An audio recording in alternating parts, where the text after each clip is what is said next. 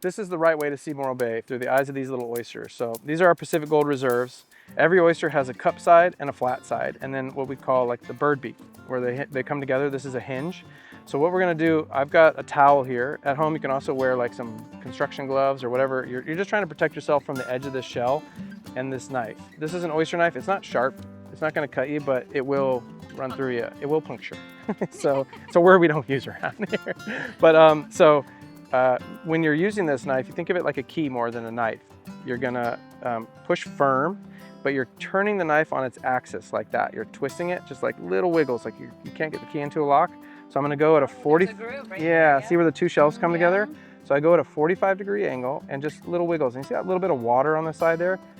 I know the knife is in, so it's done its job for the hinge. All I have to do is pry it 45 up on end like that, and it's open. You made that look way too easy. Is that it's popping that easy. sound just music to your ears? Right. So then I'm gonna clean the knife off, and what I'm gonna do is I'm gonna take the tip of the knife and slide over the body until I hit the back of the shell here. There's a muscle here about the size of a dime that I'm gonna use my thumb as a fulcrum. And then that's old physics talk right here. Okay. This is getting Wow. way I know, but right here, you use your thumb to kind of work the knife onto the muscle, okay?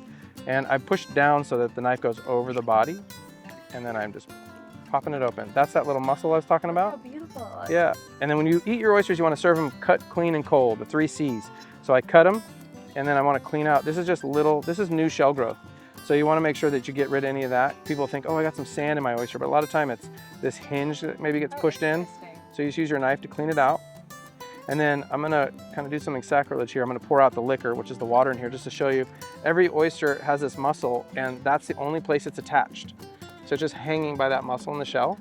So all we have to do is take our knife to the shell and just kind of gently grind that down. Okay. And then you wanna pat your oyster in the butt, make sure it's free. Just give it a little tap. Tap, tap, tap. And if you're shucking them and you did a bad job, you get a do-over, you just flip it over and it'll look pretty again. And you can use your knife to kind of re-inflate it with a little water. They have a lot of water in them. So it'll look like it's got a little bit of liquor. And there you go. That is how you shuck an oyster. That was a lot. That was a lot more than I actually expected. But when we send that to your house, you're getting a sample of Morro Bay. That's the water that we grow the oysters in. And that's the best representation of our bay right there. And it tastes like you just went surfing, like you just did your first head dip under a wave. And it's... All right, I want to give it a try, and then I have another question for you. There you go. Hold that firm on your left hand, and then this hand, instead of prying, just wiggle like you're trying to get a little key in. I'm pressing really hard. Yeah, don't undo that then on the guns. Oh, got it. There it is. Yeah. Not pretty. Oh, shoot. No, it's great. It's great. That's perfect. Sorry, people. I'm just gonna pretty this one up for you. Okay, pretty that one up for me. Done. All you gotta do is give this a quick little face flip.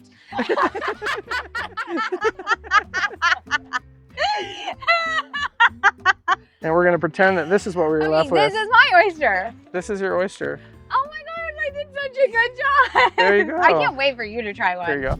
So am I in the right spot? You are. Yep. Oh, there it is. We go. Turn it a little further away from you. There. That's and okay. Then clean. So yeah, that's the muscle you're gonna cut right there. So you're really just scraping hard against the shell now. Tap, tap, tap. Bro, you guys are doing great. Woo!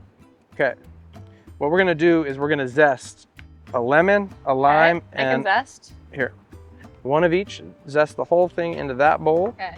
And then Lemon, lime, grapefruit. all of them, all 4. Lemon, lime, orange, grapefruit. Natalie's doing all the prep work. Yeah. What would you recommend for people at home, like getting started having oysters? Honestly, a lime and tapatio is a great way to do oysters. That's the simplest. At my house, we do a little bit of ponzu and then a drop of sriracha. And that drop can grow depending on how much you like your spice, but you gotta have it in there either way. If you're throwing them on the barbecue, that's how I get most people who've never had oysters before. They don't like the idea or even the texture once they try them. And so throw them on the grill. You just throw them on the grill for a couple minutes. The water will start to hiss out, then you flip them over and they pop open.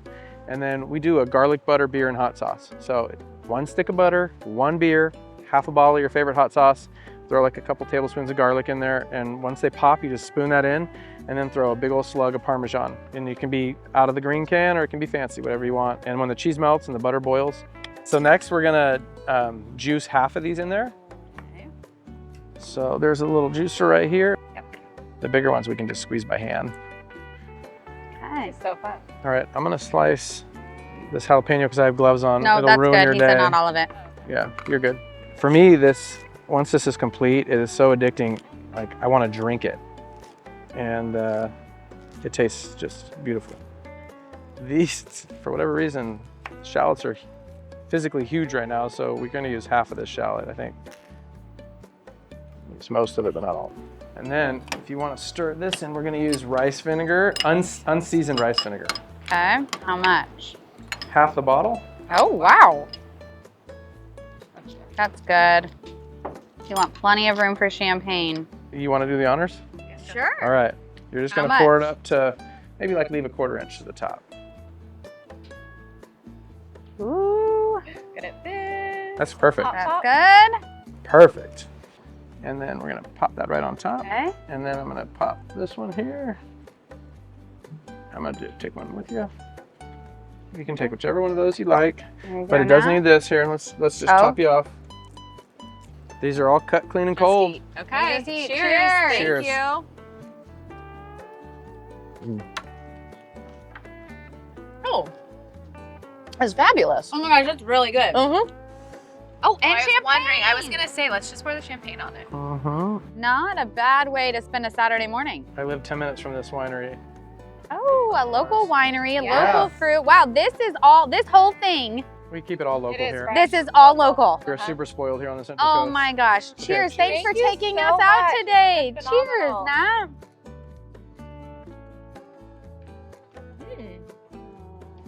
I'm not mad at that. I'm not mad about that at all.